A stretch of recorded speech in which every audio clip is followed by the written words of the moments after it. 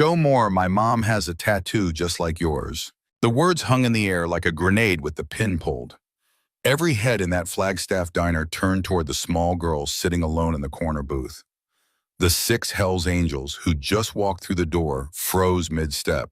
The biggest one leather vest covered in patches, arms thick as telephone poles, locked eyes on the kid. She couldn't have been more than 9 years old, pigtails and a sketchbook looking up at him like she just commented on the weather. Before we go any further, hit that subscribe button right now. You're going to want to see how this ends, trust me. And drop a comment telling me what city you are watching from. I want to see how far this story travels. Now let's get back to it. Part 1. Briggs didn't move. Didn't blink. Just stared at this little girl who had no business knowing anything about the ink on his forearm. The tattoo was covered by his jacket sleeve, had been since he walked in. There was no way she could have seen it. What did you just say? His voice came out low, dangerous. Leia looked up from her sketchbook, completely unbothered by the 6 enormous men looming over the diner like a storm cloud. My mom has a tattoo just like yours. I saw it when your jacket moved. The other bikers exchanged glances. Tank, the one with the scar running down his jaw, took a step closer. Kid, you don't know what you're talking about. Yes, I do. Leia turned her sketchbook around, showing them a drawing. It was rough, childish, but unmistakable, the same symbol that marked Briggs's forearm. See, she has it right here. She touched her own shoulder. It's small, though. She always covers it up. Briggs's jaw clenched. He pulled his jacket sleeve up, slowly revealing the tattoo in full. A skull with wings, a specific design that wasn't just some random biker art. This was the mark, the one they only gave to people who'd earned it, and they'd only given it out twice in the last 20 years. Where's your mother? Briggs asked, his voice tight. She's working. She works a lot. Leia went back to her drawing like this was all perfectly normal. She'll be here at 6 to pick me up. That's in 43 minutes. The waitress behind the counter, Betty, her name tag said, had gone pale. She knew what the Hells Angels were. Everyone in Flagstaff knew. They'd rolled through town before, usually just passing through, sometimes stopping for food or gas. But they never came in groups this size unless there was a reason, and they never stayed long. Ma'am, Betty's voice shook as she addressed them. Can I get you gentlemen some coffee? Briggs didn't answer. He slid into the booth across from Leia, his massive frame making the vinyl seat creak.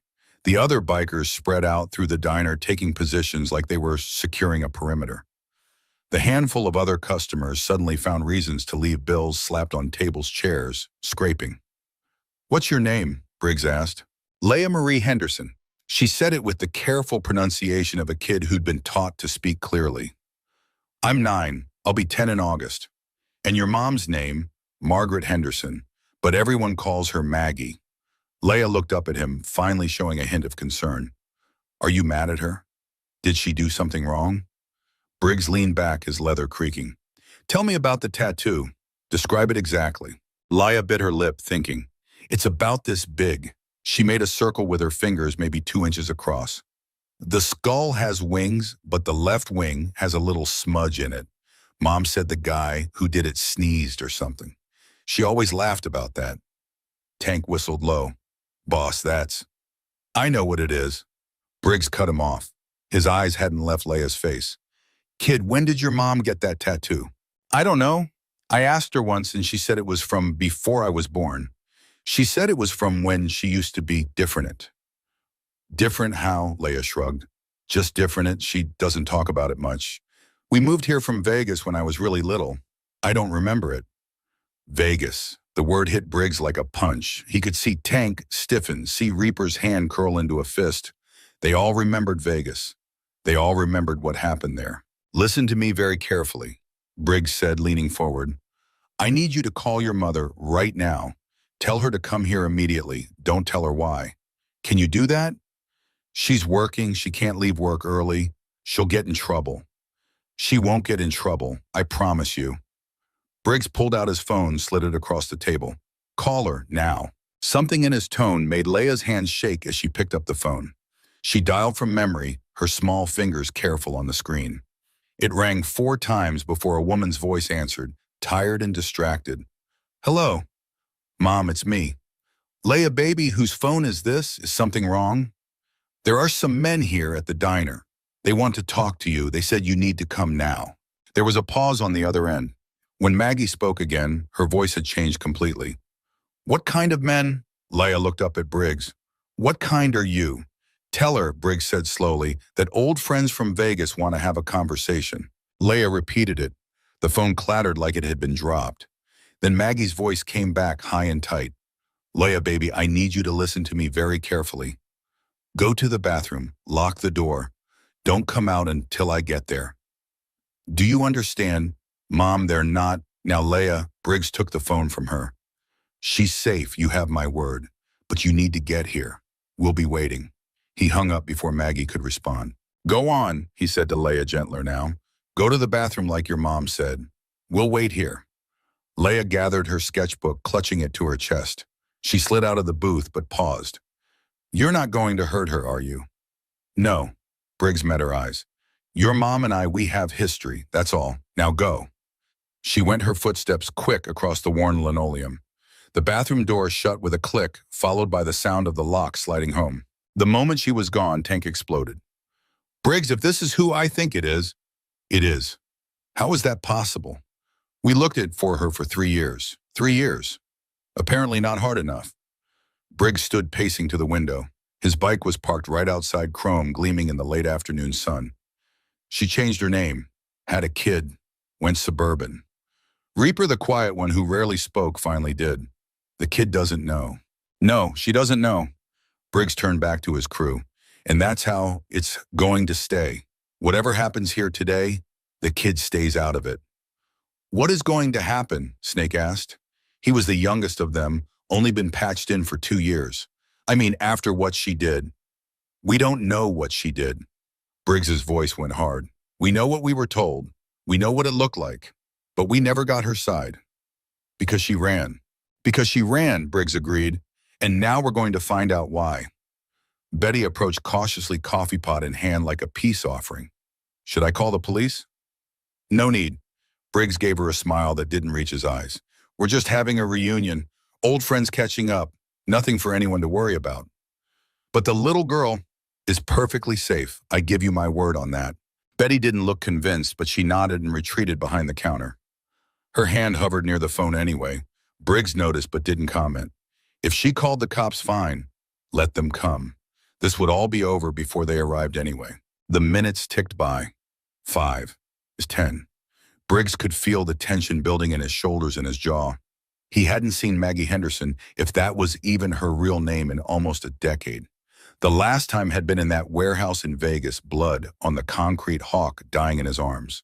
And her standing there with the gun, with that look on her face that he'd never been able to figure out. Was it guilt? Fear? Regret? He'd find out soon enough. At minute 13, a car screeched into the parking lot. Not a nice car, an old Honda with a dented bumper and rust around the wheel wells. The door flew open and a woman burst out, already running. She hit the diner door at full speed, nearly ripping it off its hinges. Briggs would have known her anywhere. Older, yes. Tired looking, hair pulled back in a practical ponytail instead of the wild curls he remembered. Dressed in scrubs with a name tag that said Maggie CNA. But it was her. Same eyes, same scar on her chin from where she'd taken a bottle to the face-defending Hawk at that bar. Those eyes found Briggs immediately. Went wide, then narrowed. Where's my daughter? Bathroom. Safe, like I said. Maggie moved like lightning, crossing the diner in 3 strides. She pounded on the bathroom door. Leia, open up. Mom. It's me, baby. Open the door. The lock clicked. Gunal. Leia appeared face confused and scared now. Maggie grabbed her, pulled her close, checked her over with quick, practiced hands. Did they touch you? Did anyone hurt you? No, Mom. They were actually kind of nice. Go outside, get in the car, lock the doors.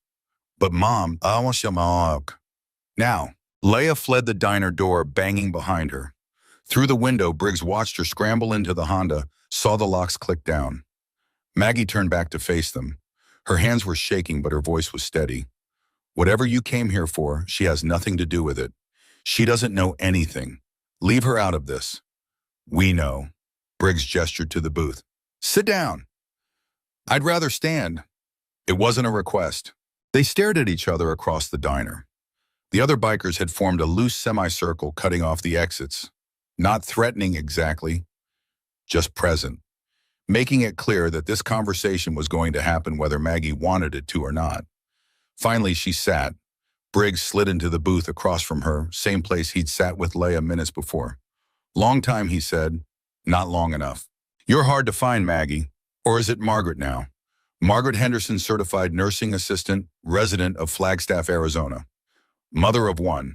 Works at Flagstaff Medical Center night shifts mostly. Rents a 2-bedroom apartment on the west side. Drives a 2007 Honda Civic with 190,000 miles on it. Maggie's face had gone white. You've been watching me. We just found you yesterday. Briggs leaned back. Pure luck, really. Snake here has a cousin who works at the hospital. Saw your face in the break room, thought you looked familiar. Sent me a picture, and there you were, the ghost of Vegas herself. I don't know what you're talking about. Don't. The word cracked like a whip. Don't insult me by lying. Not after everything. Maggie's jaw worked. She glanced toward the window, checking on Leia. The little girl was visible in the car, face pressed against the glass, watching. What do you want? Maggie asked quietly. The truth. You wouldn't believe me if I told you. Try me. She laughed, bitter and sharp. Now you want to hear it 9 years later. Where was this curiosity when you all decided I was guilty without a trial? You ran, Tank interjected. Guilty people run. Smart people run, Maggie shot back. When 6 Hell's Angels show up at your apartment at 3 in the morning with the blood in their eyes, you don't stick around to debate your innocence.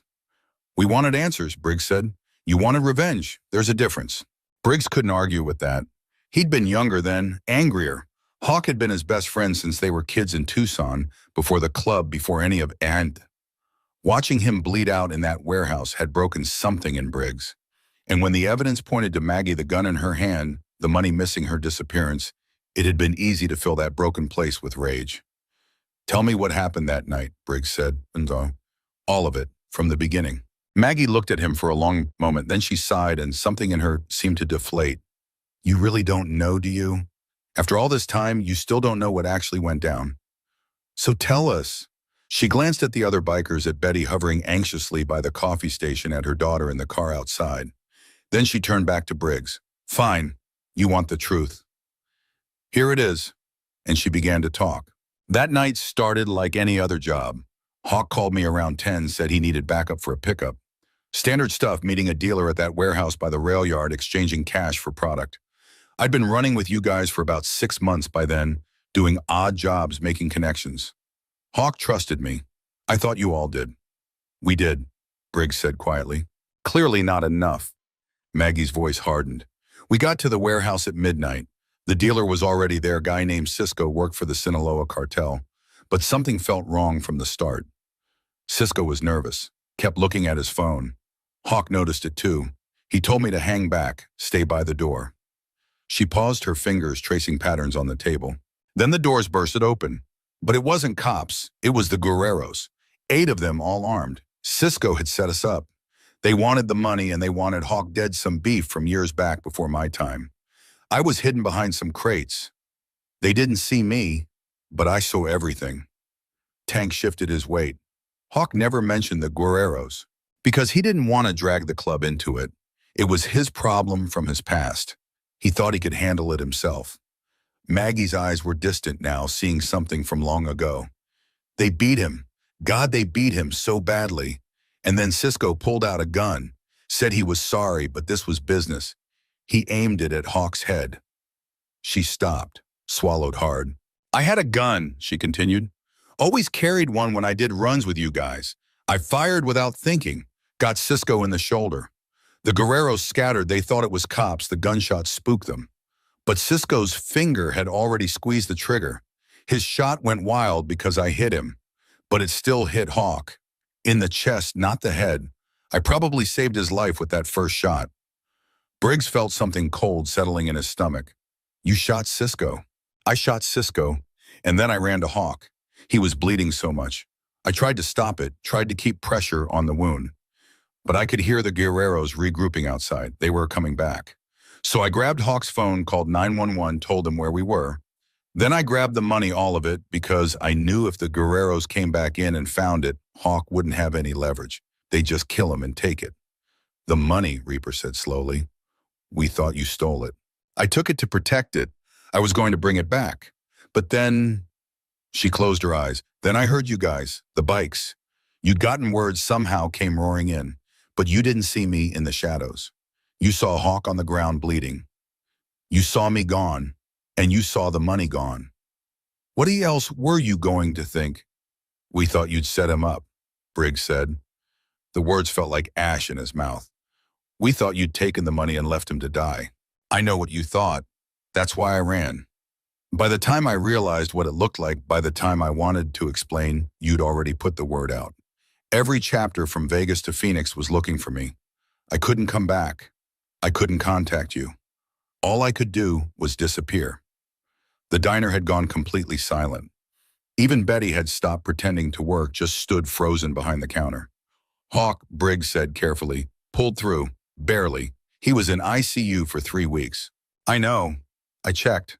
I couldn't leave Vegas for months, kept tabs on him through some old contacts. When I heard he was going to make it, she smiled slightly. I cried for about an hour straight. Then I got in my car and drove as far as I could. You should have come back, explained. To who you? Maggie's laugh was hollow. You were ready to kill me, Briggs. Don't pretend otherwise. I heard about what you did to Cisco after you found him. What you did to the Guerreros who were there that night. You were out for blood, mine included. Briggs couldn't deny it. He'd been consumed by rage, by grief. If he'd found Maggie in those first few weeks, where's the money? Tank asked. Maggie reached into her scrubs pocket, pulled out a piece of paper. She slid it across the table. Storage unit in Henderson, Nevada, unit 247, code is 84621. It's all there. Every dollar. I never touched it. I've been living on CNA wages for 9 years, working myself to the bone because I wouldn't touch money that wasn't mine. Briggs stared at the paper, then at her. Why didn't you use it, even just some of it? You've got a kid. I saw your apartment. You're barely scraping by. Because it wasn't mine, she said simply. And because I knew someday, somehow, the truth would come out. I needed to be able to prove I didn't take it. Snake, who'd been quiet this whole time, spoke up. Hawk's going to want to hear this. Hawk, Maggie said softly. How is he? Alive, riding. Still has the scar, still walks with a limp, but alive. Briggs studied her face. He looked for you, you know, after he recovered. He didn't believe you'd betrayed him, but we couldn't find any trace. You'd vanished. I had to. I had a baby to protect. Leia. Briggs glanced toward the window. The little girl was still watching, eyes wide. Hawk's kid? No. Maggie followed his gaze. I met her father after I left Vegas. He's not in the picture anymore. Leia's mine, just mine. And I need to keep her safe. That's all that matters to me now. Briggs nodded slowly. He could feel the tension in the diner shifting, changing. The other bikers were looking at him, waiting for his call. This was his decision to make. The tattoo, he said finally. Show me. Maggie hesitated, then pulled down her collar, exposing her shoulder. There it was, the same design as his, same skull, same wings, and yes, same tiny imperfection in the left wing where the tattoo artist had messed up. Briggs had done that tattoo himself, in a motel room in Vegas after Maggie had saved 3 of their guys from getting jumped outside a bar. She'd been fierce that night, fearless. She'd earned the ink, earned her place with them, until they thought she'd thrown it all away. Why didn't you tell us? He asked quietly. At the beginning, why didn't you tell us you were taking the money to protect it? Because everything happened so fast. One minute I'm calling 911, the next I'm grabbing the cash, and then I hear bikes, and I think it's more Guerreros coming back. By the time I realized it was you guys, you were already with Hawk, and I was hidden, and I heard what you were saying. I heard you saying my name like a curse. I heard Tank say he was going to find me and make me pay. She looked at Tank. You meant it. I could hear it in your voice. Tank's jaw tightened, but he nodded. Yeah, I meant it. So I ran. What else could I do? No one had an answer for that. Briggs pushed himself up from the booth. He walked to the window, looked out at Leia in the car. She waved at him uncertainly. He waved back. We owe you, he said, not turning around. For Hawk, for that night, for 9 years of thinking the worst of you when you were just trying to survive. I don't want anything from you. That's not how this works, he turned back to face her. You saved Hawk's life. You protected our money. You've got the mark. That means something. That means everything. Maggie stood up slowly. I just want to take my daughter home. I want to keep living my quiet life. Can you give me that? Yes. Briggs pulled out his phone. But first you're going to talk to Hawk. He deserves to hear your voice. Briggs. He's been carrying this guilt for 9 years, Maggie, thinking he got you killed or worse because he didn't protect you that night. You owe him this much. Her hand shook as she took the phone. Briggs had already dialed. It rang twice. Yeah, Hawk's voice rough from years of cigarettes and desert wind. Hawk, Maggie said, her voice cracked on the name. It's me. Silence on the other end. Then, Maggie, is that really how, where? I'm in Flagstaff. I'm okay. I've been okay. And Hawk, that night, it wasn't what you thought. It was never what any of you thought. Briggs gestured to his crew. They filed out of the diner, giving Maggie privacy. Through the window, he watched her cry as she talked to Hawk, watched her explain, apologize, cry some more. Tank lit a cigarette. We screwed up, bad. Yeah. What now? Briggs looked at the bikes at the open road stretching away toward the horizon. Now we make it right. Inside the diner, Maggie's voice dropped to barely a whisper. Hawk, I shot Cisco. I saved you. And then I took the money to keep it safe, but by the time I wanted to explain, it was too late. You all wanted me dead. Maggie, Christ, we didn't know. We thought, I know what you thought. I lived with what you thought for 9 years. Through the phone, Hawk's breathing was ragged. Where have you been all this time? Surviving, raising my daughter, trying to forget. You have a daughter. She's 9. Her name's Leia. She's the one who saw Briggs's tattoo and opened her mouth before I could stop her. Hawk laughed, choked and wet. Smart kid. Too smart for her own good sometimes. Maggie wiped her eyes with the back of her hand. Hawk, I never wanted to leave you there. I called 911. I made sure help was coming. I know. I know now. The paramedics told me someone called it in female voice, but everyone said it was probably just a passerby, and I was so out of it. He stopped. Maggie, I looked for you for months. I told Briggs you wouldn't do that to us, but he was so angry, and there was the money, and... Stop, you don't have to explain, I get it. No, you don't. I should have fought harder, should have made them listen. You were shot in the chest, Hawk. You were lucky to be alive. Lucky because of you. Maggie pressed her palm against her eyes. I need to go. I need to get Leia home, feed her dinner, pretend this day never happened. Wait, Maggie, can I see you? Can I meet your daughter? She looked out the window at Leia still waiting in the car with her face pressed against the glass. I don't know if that's a good idea. Please, I need to see for myself that you're okay. Hawk, I've been carrying this for 9 years. Let me put it down.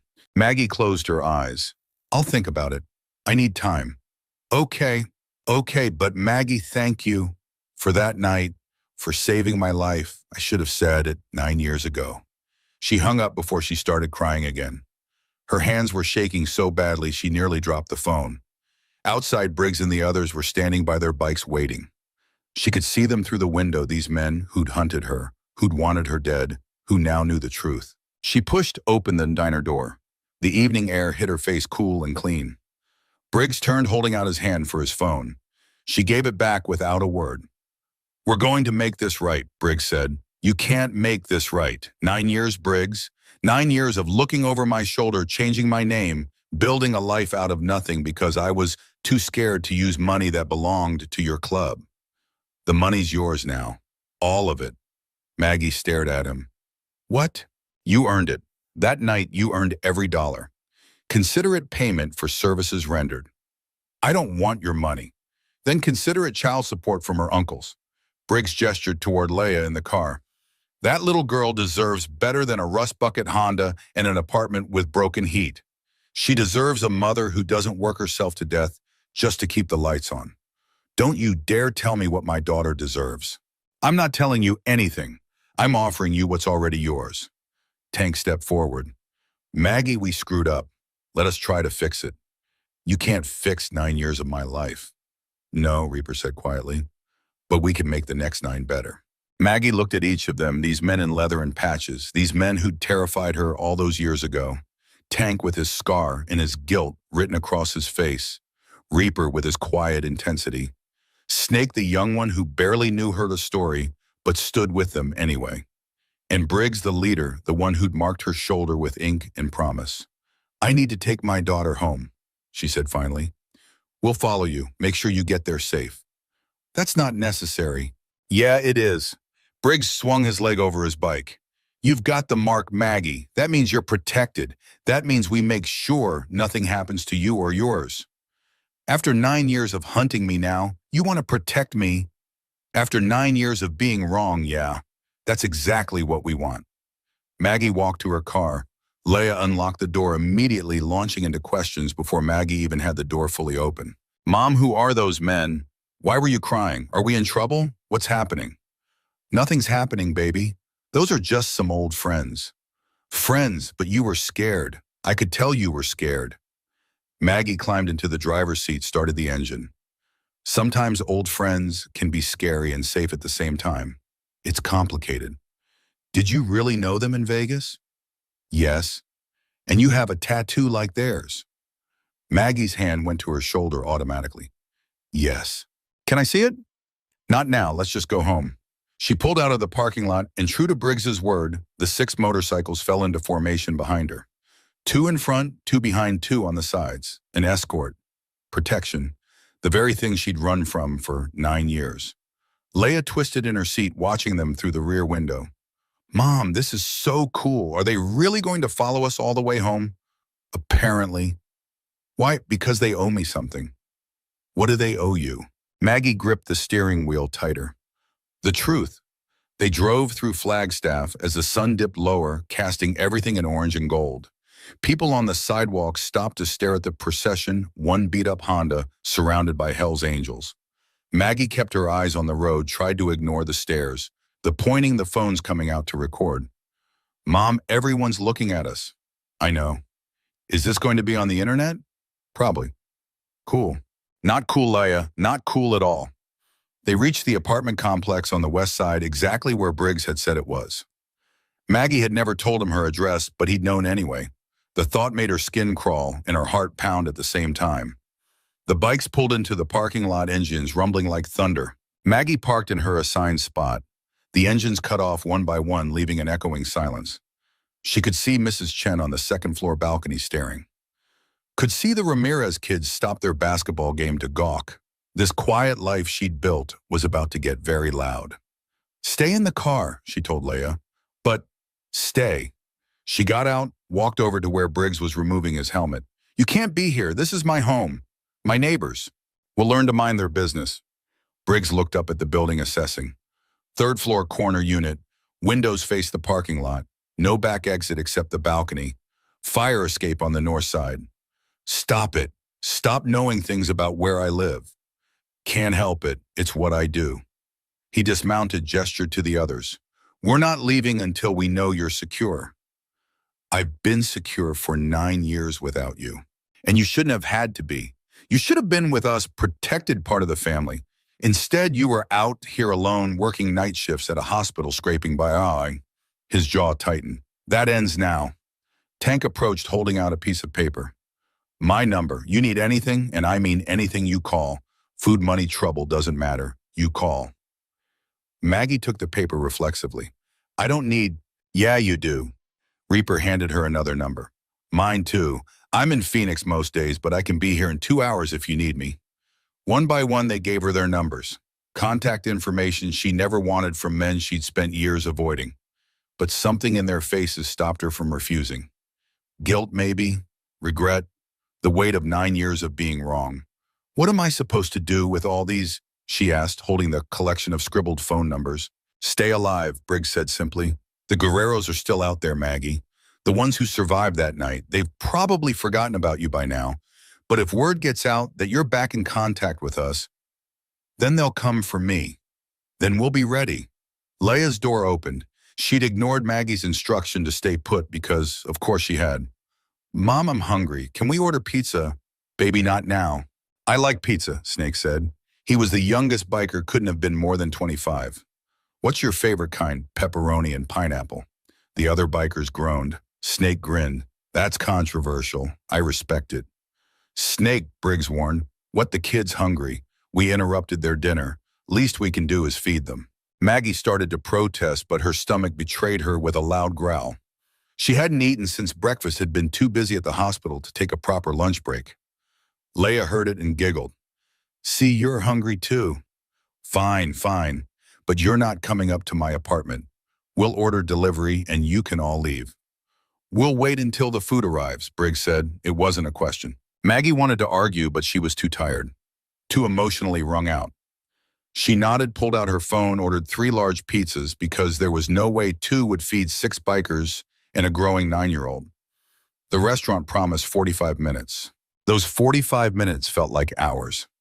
Maggie sat on the hood of her car, Leia beside her, swinging her legs while the Hells Angels stood around like leather-clad sentinels.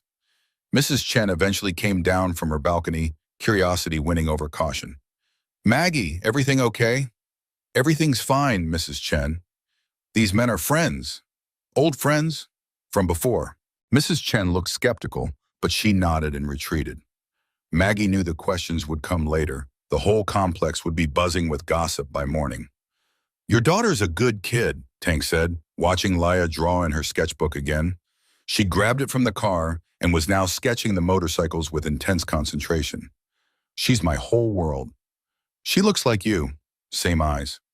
She acts like me too. Stubborn, doesn't listen, gets into trouble. Apple doesn't fall far. Maggie almost smiled. No, it doesn't. Reaper cleared his throat.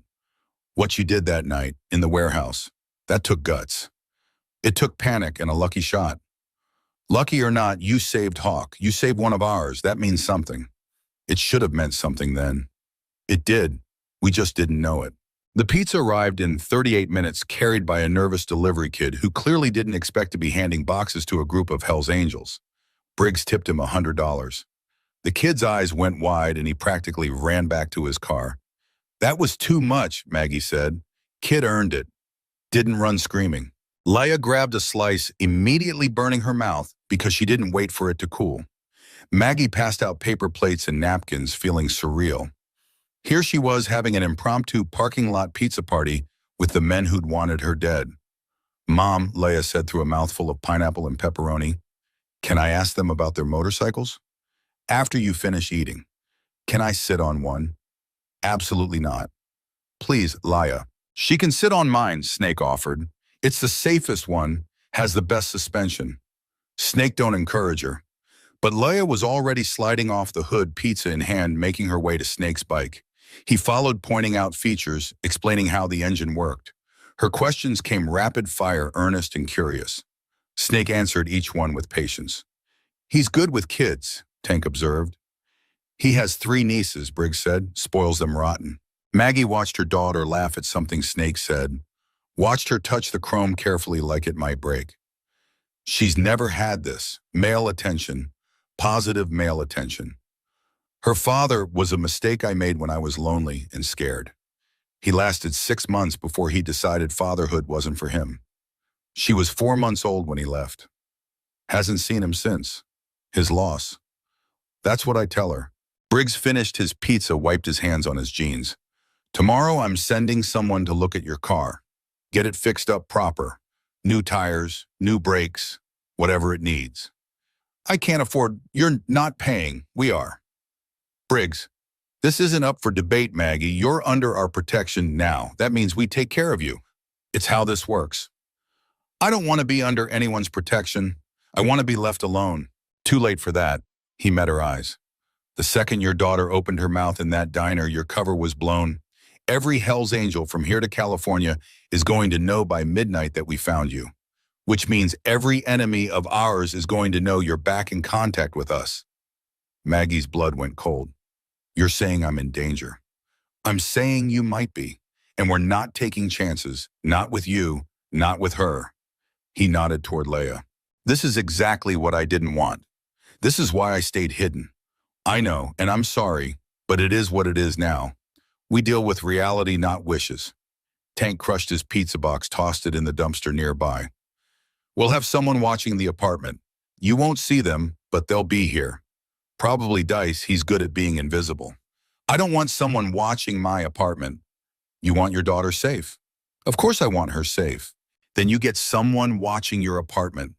Maggie stood up angry now. You don't get to waltz back into my life after 9 years and start making decisions for me. You're right, we don't. Briggs stood too, matching her energy. But we're going to anyway, because that's what family does. And your family, whether you want to be or not, you have the mark. You saved Hawk. You're one of us. I was never one of you. I was just a girl who ran errands and got in over her head. You were more than that. You are more than that. They stared at each other across the parking lot, the tension thick enough to cut. Leia chose that moment to come running back, oblivious to the adult drama unfolding. Mom Snake says I can learn to ride when I'm older. Can I please? Over my dead body. Oh, come on. No motorcycles. Not now, not ever. Leia pouted but didn't push. She knew that tone. Maggie was done negotiating. The bikers started mounting their machines one by one. Engines roared to life, filling the parking lot with sound and fury. Leia covered her ears but smiled. She loved it, Maggie could tell. Loved the noise and the danger and the excitement. Briggs was the last to mount up. We'll be in touch. Tomorrow someone comes to fix your car. Next week Hawk wants to visit. After that, we figure out what comes next. I don't want Hawk to visit. He needs to see you. Needs to know you're okay. Give him that much. Maggie wanted to refuse. Wanted to slam the door on this whole situation and pretend it never happened. But she'd seen Hawk's voice break on the phone, heard the pain and guilt he'd carried. One visit, she said. One. And then you all leave me alone. We'll never leave you alone. Not anymore. You're stuck with us now. He kick-started his bike, the engine catching with a throaty roar. The others fell into formation and they rolled out of the parking lot in a thunder of chrome and leather. Neighbors watched from windows and balconies. The Ramirez kids stood frozen with their basketball. Mrs. Chen had her phone out recording. Leia waved until they disappeared around the corner. Then she turned to Maggie with shining eyes. That was the coolest thing that's ever happened to me. That was terrifying. You knew them in Vegas, really? Really? And you have a tattoo like theirs. Maggie sighed, pulled down her collar, showed her daughter the mark she'd kept hidden for 9 years. Leia's eyes went wide. Whoa, that's so cool. Why didn't you ever show me? Because it's from a part of my life I wanted to forget. But they're nice. They bought us pizza. They're dangerous, Leia, and complicated. And we're going to have to talk about some things now. Things I didn't want you to know yet. Like what? Maggie looked up at their apartment, at the life they'd built here. Safe, quiet, normal. And all of that was about to change, and there was nothing she could do to stop it. Like where I came from, and what I did before you were born, and why those men respect me. Did you save someone's life? Maggie blinked. How did you? I heard them talking. When I was in the bathroom, the walls are thin and they were being loud. They said you saved someone named Hawk. Smart kid, too smart. Yes, I saved Hawk's life, and then I had to run away because nobody believed me. And now they know the truth, and everything's different. Are they going to protect us? Apparently. Good. Leia grabbed the pizza boxes, started carrying them toward the stairs. I was getting tired of that creepy guy on the first floor who always stares at you. What creepy guy? The one in apartment 102 with the beard. He watches you when you come home from work. Maggie's skin crawled. She'd noticed him once or twice, but had told herself she was being paranoid. Why didn't you tell me?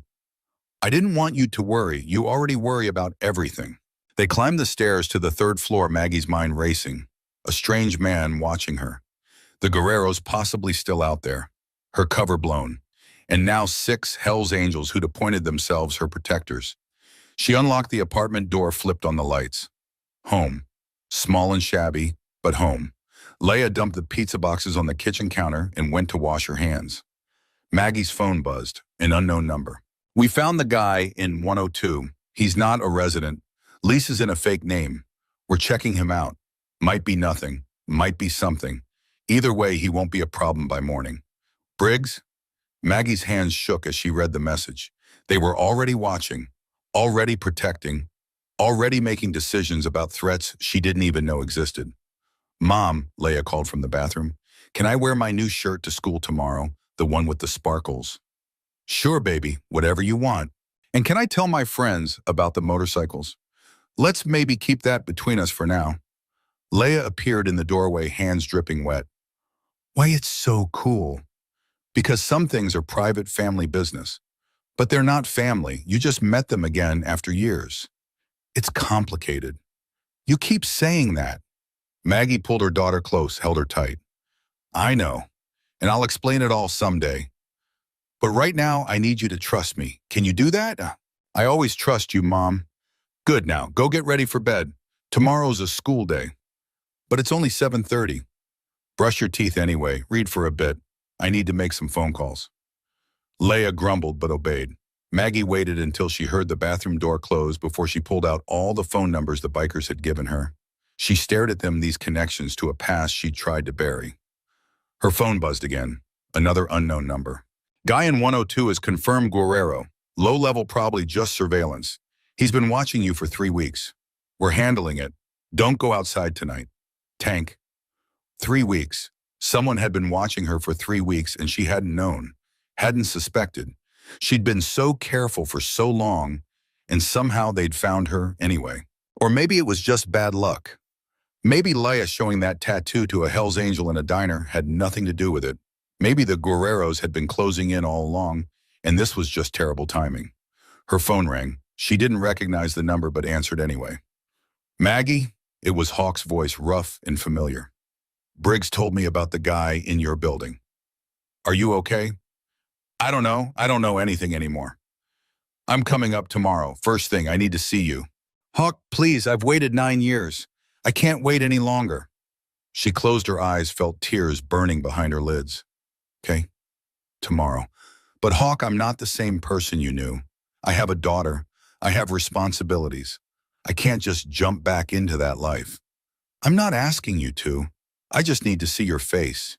Need to know you're real and not some ghost I've been chasing. I'm real, I'm here, and I'm terrified." "I know. Me too." They sat in silence on the phone, two people connected by violence and blood, and a night 9 years ago that changed everything. "Hawk," Maggie said finally, "what if they come for me, the Guerreros? What if being in contact with you guys puts Leia in danger? Then we kill them all, every last one, before they ever get close to you or your daughter." The certainty in his voice should have scared her. Instead, it felt like relief, like maybe after 9 years of running and hiding and looking over her shoulder, she could finally stop. "I'll see you tomorrow," she said. Tomorrow. She hung up, stared at her phone at the unknown numbers piling up in her call log. Her quiet life was over. The second Leia had opened her mouth in that diner, everything had changed. But maybe, just maybe, change didn't have to mean bad. From the bathroom, Leia called out, "Mom, I'm done brushing. Can I have one more piece of pizza?" "Yes, baby, come get it." Leia emerged in her pajamas, hair damp from washing her face. She grabbed a cold slice, ate it standing at the counter. "Are those men really going to protect us?" "Yes." "Good, I like them, especially Snake. He's funny." "They're dangerous people, Leia. But they're good dangerous, right? Like they're scary, but they're on our side." Maggie thought about that. Good dangerous. Maybe that was exactly what they were. "Yeah," she said, "they're on our side." "Cool." Leia finished her pizza, kissed Maggie's cheek. "Night, Mom. Love you." "Love you too, baby." Leia went to her room, closed the door. Maggie heard the bed springs creak as her daughter climbed into bed. Maggie walked to the window, looked out at the parking lot below. She couldn't see anyone watching, but she knew they were there. Dice Tank had said, good at being invisible, keeping her safe, keeping Leia safe. Her phone buzzed one more time. "Guy's gone, won't be bothering you again. Sleep well. Briggs, gone." What did that mean? She didn't want to know. Didn't want to think about what the Hell's Angels did to people who threatened their own. But she was their own now, whether she wanted to be or not. The mark on her shoulder proved it. The ink Briggs had put there himself years ago in a Vegas motel room after she'd proven herself. She tried to run from it, tried to be someone else. Margaret Henderson, CNA, single mother, quiet and normal and forgettable. But Maggie had found her way back anyway. Or maybe Maggie had never really left. Maybe she'd just been waiting all this time for someone to see past the disguise. She touched her shoulder where the tattoo sat beneath her scrubs, felt the raised lines of the scar tissue, the permanent reminder of who she'd been, who she maybe still was. Tomorrow Hawk would come. Tomorrow everything would get even more complicated. But tonight, for the first time in 9 years, Maggie felt something she hadn't let herself feel in a long time. Safe. She closed the curtains, locked the door, checked on Laya one more time. Her daughter was already asleep clutching her sketchbook, probably dreaming about motorcycles and leather-clad protectors. Maggie climbed into her own bed, set her alarm for the morning shift she probably shouldn't go to, but would anyway, because bills didn't pay themselves, and closed her eyes. Outside, Dice watched from the shadows, invisible and vigilant. Inside, a mother and daughter slept protected by men who'd once hunted them and now would die to keep them safe. The world had shifted on its axis today. Tomorrow would bring more shifts, more changes, more complications. But that was tomorrow's problem. Tonight they were safe. And for now, that was enough. Maggie's alarm screamed at 5 in the morning. She slapped it, silent, dragged herself out of bed, every muscle aching from tension she hadn't released. The apartment was dark and cold. She checked her phone first thing, 3 new messages. Perimeter secure. Nothing moved all night. Dice. Hawks leaving Phoenix at 7. Should be there by 9. Briggs. Coffee's on your doorstep. You're gonna need it. Tank. She opened the door carefully, half expecting it to be a joke. But there it was, a thermos of coffee still hot with a note taped to it. Vanilla latte, 2 sugars. Briggs remembered your order. Maggie's hands trembled as she poured a cup. Briggs remembered. After 9 years, he remembered how she took her coffee. That shouldn't have mattered. It shouldn't have made her throat tight and her eyes burn. But it did. She showered fast, threw on her scrubs, checked on Laya. Still asleep, one arm dangling off the bed, mouth open. Maggie kissed her forehead, left a note on the kitchen counter. Breakfast money on the table. Walk to school with Emma like always. I love you. Stay safe. She added her own phone number at the bottom, even though Leia had it memorized, just in case. The drive to the hospital felt different. Every car behind her could be a threat. Every person on the sidewalk could be watching. Her rearview mirror became an obsession, checking it every 5 seconds until her neck cramped. She made it to Flagstaff Medical Center at 6:15, parked in her usual spot. The night shift was ending, people shuffling out looking as exhausted as she felt. She clocked in, grabbed her assignment sheet. 6 patients on the cardiac floor. Mrs. Patterson in 304 needed her medications adjusted. Mr. Diaz in 310 was a fall risk. Everything normal, everything routine, except nothing felt normal anymore. Maggie. Her supervisor, Karen, appeared at the nurse's station. You okay? You look like you didn't sleep. I'm fine, just a rough night. We'll try to wake up. We're short-staffed, and it's going to be crazy today. It was always crazy. That's why Maggie worked here. The chaos kept her mind occupied, kept her from thinking too much about the past. But today, the chaos wasn't enough. Today, her mind kept drifting to Hawk, driving up from Phoenix to the Guerreros who'd been watching her apartment, to Leia, waking up and eating breakfast alone. Her phone buzzed at 7:30. Leia from her cell phone that Maggie had bought her for emergencies only. Mom, there's a man outside. Maggie's heart stopped. What man? Where? In a car across the street. He's been there since I woke up. Leia locked the door. Don't go to school. Call 911 right now. Mom, wait. He's got a leather jacket. Is he one of the motorcycle guys? Maggie's panic shifted to anger. What does he look like? Old, like maybe 50, bald. He's drinking coffee and reading a newspaper. That was Dice. Had to be. Briggs had said he'd be watching. That's okay, baby. He's supposed to be there. He's keeping you safe. Oh, should I wave at him? No, just ignore him and get ready for school like normal. Okay. Mom. Yeah. This is kind of exciting. It's not exciting. It's dangerous. Please be careful. I'm always careful. I know. I love you. Love you too. Maggie hung up, leaned against the wall, tried to catch her breath. This was her life now. Armed guards watching her daughter, checking her phone every 5 minutes, jumping at shadows.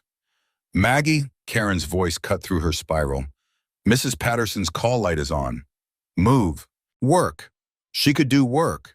She could check vitals and distribute meds and help people to the bathroom. She could be Margaret Henderson CNA for a few more hours before Hawk showed up and shattered whatever remained of that identity. The morning crawled by. Mrs. Patterson complained about her breakfast. Mr. Diaz tried to get out of bed without assistance and nearly fell. A new admit came in at 8:15, chest pains possible, moam.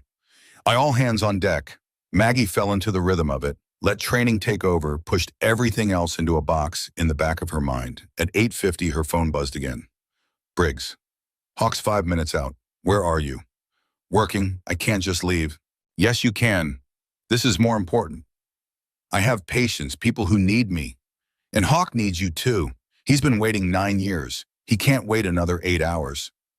Maggie looked at Karen, who was buried in paperwork at the nurse's station, looked at her patient assignments, looked at the clock.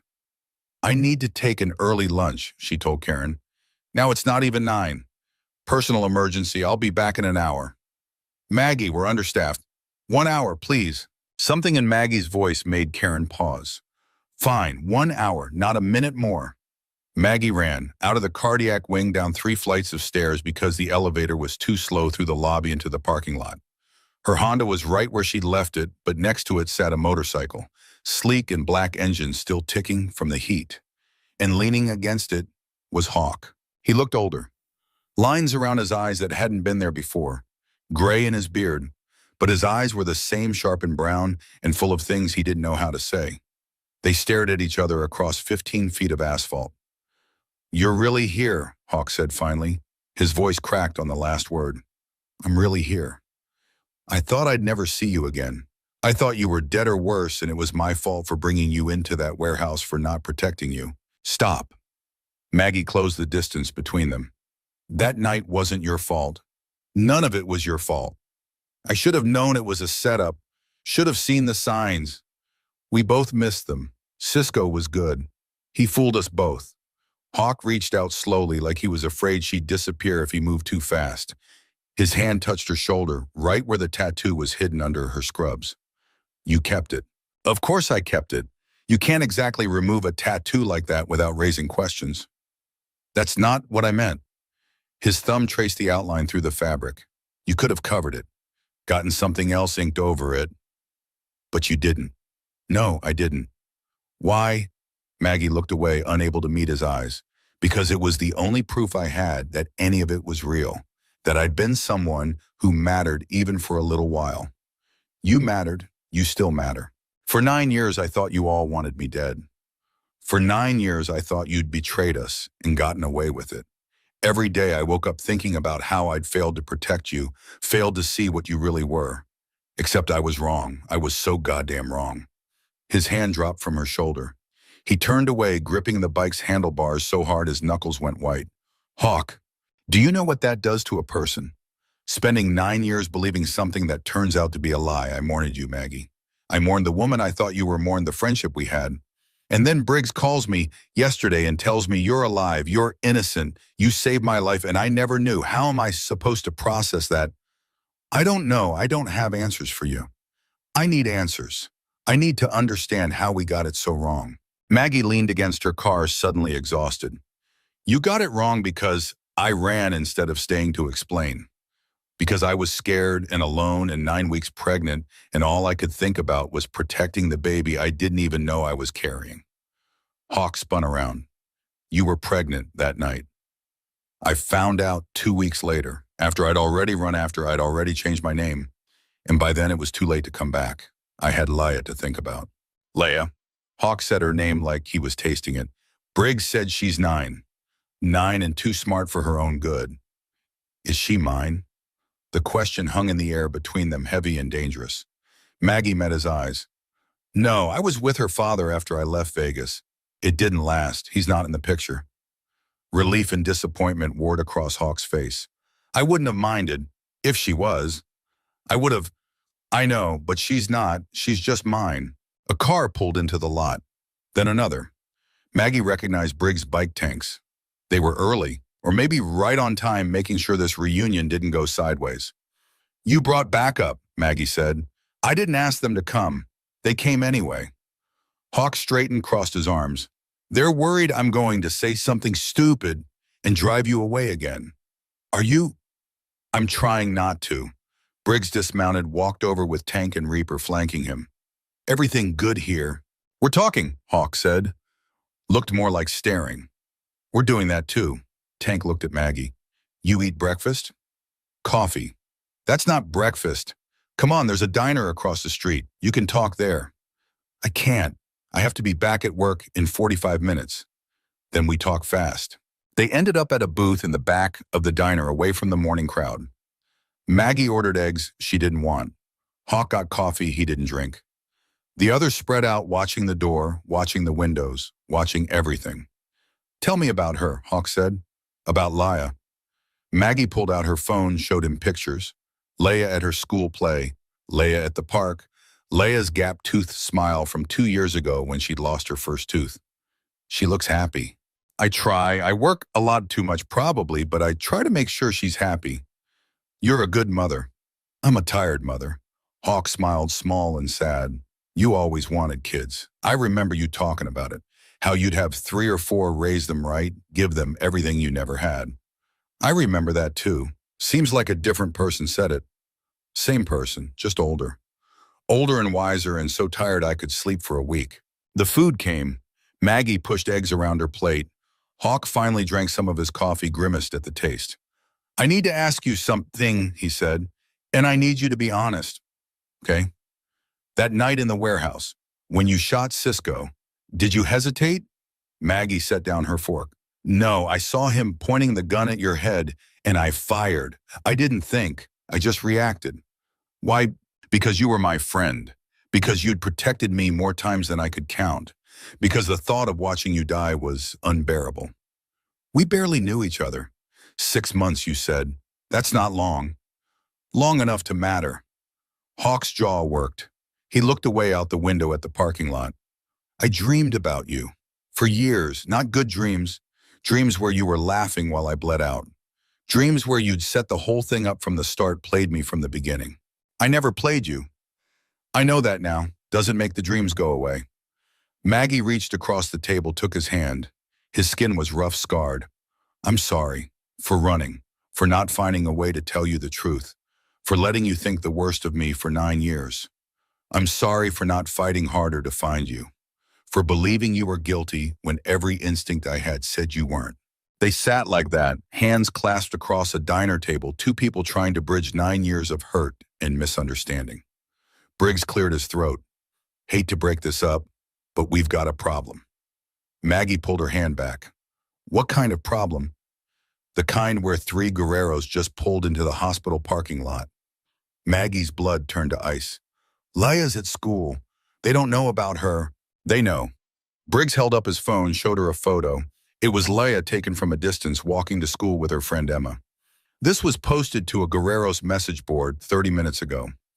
Caption says, found the nurse's weakness. Maggie was moving before she finished processing the words. Out of the booth, running for the door, Hawk was right behind her, then Briggs, then the others. Keys, Hawk demanded handout. You're too panicked to drive. She threw them at him. They piled into her Honda Hawk, driving Maggie in the passenger seat, Briggs in the back on the phone barking orders. Snake, you are closest to the elementary school. Get there now. Find the Henderson girl. Don't let her out of your sight. Dice, you still at the apartment. Good. Lock it down. Anyone comes near that building who's not one of ours, you stop them. I don't care how. Hawk drove like he was racing the devil, weaving through traffic, blowing through lights. Maggie's phone rang. The school. Ms. Henderson, this is Principal Davies. There's been an incident. What kind of incident? A man tried to sign Leia out of school, said he was her uncle, but he's not on the approved pickup list, and Leia said she doesn't have an uncle. We've kept her in the office, but Miss Henderson, he was very insistent. We've called the police.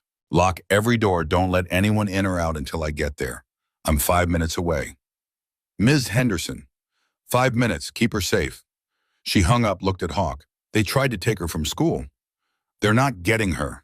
His voice was flat cold. I swear to God, Maggie, they're not touching that little girl. They screeched into the school parking lot at 9:40. Squad cars were already there, lights flashing. And standing by the entrance, looking confused and scared, was Leia with Principal Davies and a police officer. Maggie was out of the car before Hawk fully stopped running across the lot, pulling Leia into her arms so hard the girl gasped. "Mom, I can't breathe." Sorry, are you okay? Did he touch you?" "No, Mr. Davies wouldn't let him near me.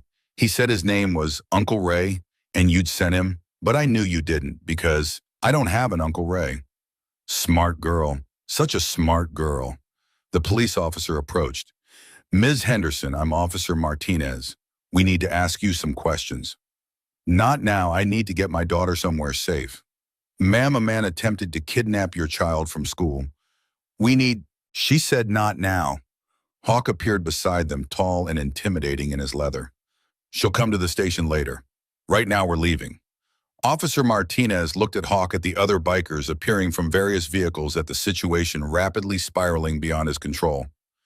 "Sir, I can't let you, Yes, you can, because the alternative is we stand here arguing while the people who tried to take this kid regroup and try again. You want that on your conscience?" Martinez looked at his partner, at the growing crowd of parents and teachers, at Laia clutching her mother like a lifeline. "Fine, but I expect you at the station by this afternoon, both of you." "We'll be there." Hawk guided Maggie and Laia back to the Honda. Briggs appeared from somewhere, handed Maggie a different set of keys. "Take my truck. It's the gray Ford third row. Windows are tinted, doors are reinforced. You'll be safer." "Where are we going?" "Safe house outside of town. Place we use for situations like this.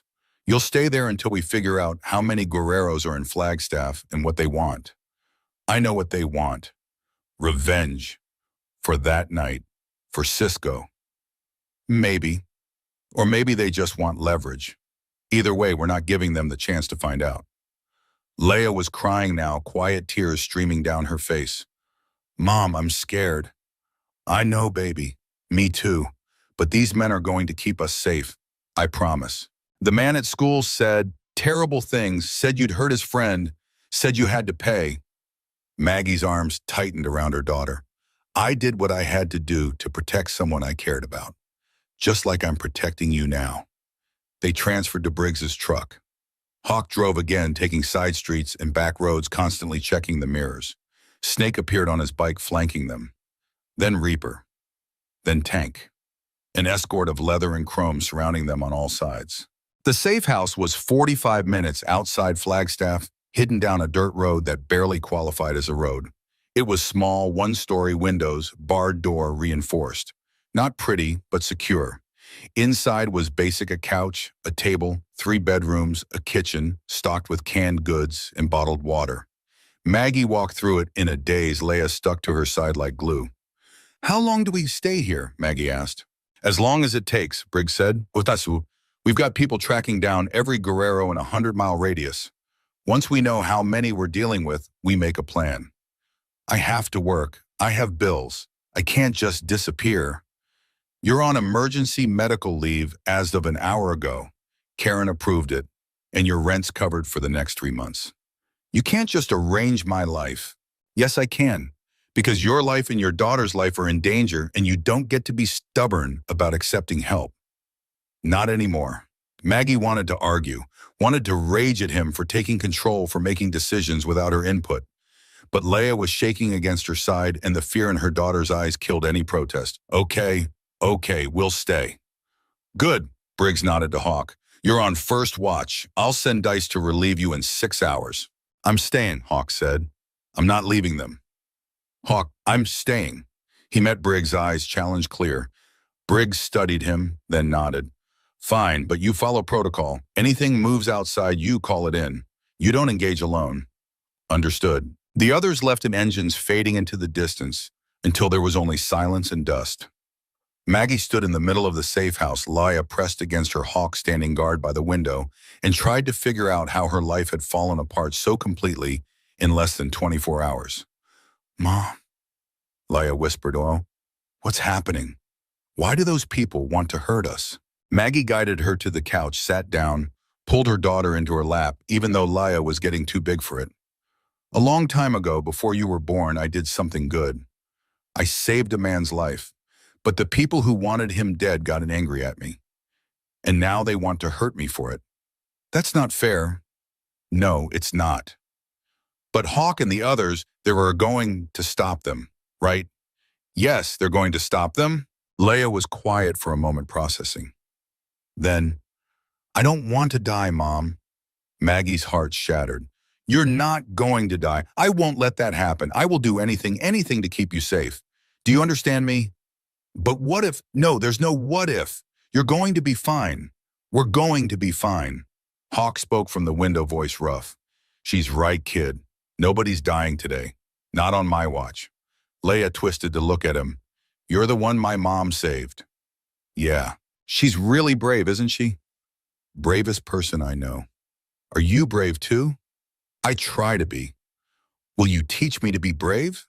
Hawk finally turned from the window, looked at this 9-year-old girl with her mother's eyes and her mother's courage. Yeah, I'll teach you. Maggie's phone buzzed, a text from an unknown number. We have 4 Guerreros in custody, 2 ran, still tracking them. Stay put, Briggs. Then another text, this one with a photo. It was Cisco's brother Carlos. The resemblance was unmistakable. Same eyes, same scar on his cheek. This is who's hunting you. Carlos Mendoza. He's wanted revenge since you shot his brother. Took him 9 years to find you, but he did. We're going to make sure he regrets it. Briggs. Maggie stared at the photo. She remembered Cisco's face in the warehouse, remembered his finger on the trigger, remembered the split-second decision that had changed everything. I don't regret it, she said aloud. What? Hawk asked. Shooting Cisco. I don't regret it, even knowing it would lead to this, to 9 years of running to my daughter being threatened. I'd do it again, because you were worth saving. Hawk crossed the room, knelt in front of her and Leia. And you're worth protecting. Both of you. Whatever it takes. Leia reached out, touched the scar on Hawk's chest that she could see through his open collar. Is that from the night Mom saved you? Yeah. Does it hurt? Not anymore. Your mom made sure of that. Leia looked at Maggie with new eyes. You're like a superhero. I'm just a mom who did what she had to do. That's what superheroes say. Despite everything, Maggie smiled. Go look in the kitchen. See if there's anything decent to eat. Leia hopped up, walked to the kitchen, started opening cabinets. The moment she was out of earshot, Maggie's smile vanished. This is my fault, she said to Hawk. I brought this danger to her. If I just stayed in Vegas, faced the music, you'd be dead, and Leia would never have existed. Don't do that to yourself. How do I protect her from this? How do I keep her safe when men with guns want me dead? You let us help. You stop trying to carry it alone. I've been alone for 9 years. I don't know how to not be alone anymore. Hawk took her hand, squeezed. Then learn, starting now. From the kitchen, Leia called out, Mom, there's SpaghettiOs. Can I have SpaghettiOs? Sure, baby. Heat them up on the stove. I don't know how to use the stove. Then I'll teach you. Maggie stood, went to the kitchen, showed her daughter how to open the can, pour it in a pot, turn on the burner. Normal things, mother-daughter things, as if armed men weren't hunting them, as if their lives weren't in pieces. But that was what you did. You kept going. You taught your daughter to heat up SpaghettiOs, and you held her hand, and you pretended everything would be okay. And maybe if you pretended hard enough, it would be. Leia ate her SpaghettiOs at the small kitchen table, swinging her legs and humming something off-key. Maggie watched her memorizing every detail the way she always ate the pasta rings first and saved the sauce-soaked chunks for last, the small scar on her chin from falling off her bike last summer, the gap where her left canine was still growing in. If something happened, if the Guerreros got through, Maggie wanted to remember everything. Stop looking at me like that, Leia said without glancing up. Like what?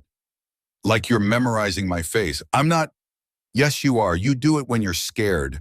You did it before my surgery when I had to get my tonsils out. And when that mean dog got loose in our neighborhood.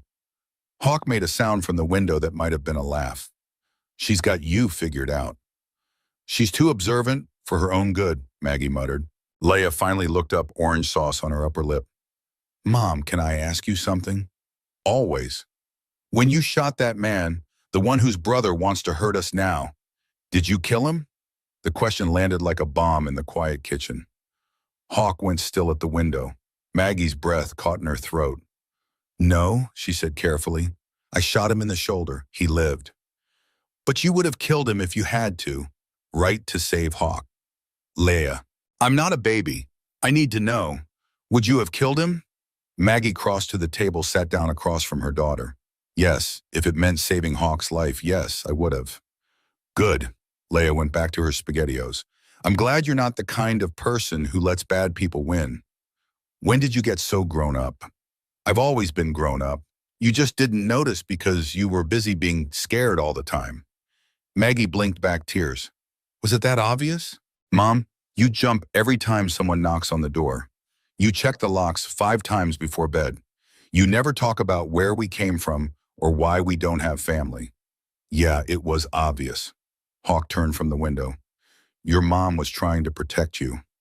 I know, and I love her for it, but I'm not stupid. I knew something was wrong. I just didn't know what. Leia scraped the last bit of sauce from her bowl. Now I do, and honestly, it's kind of a relief. A relief, Maggie asked.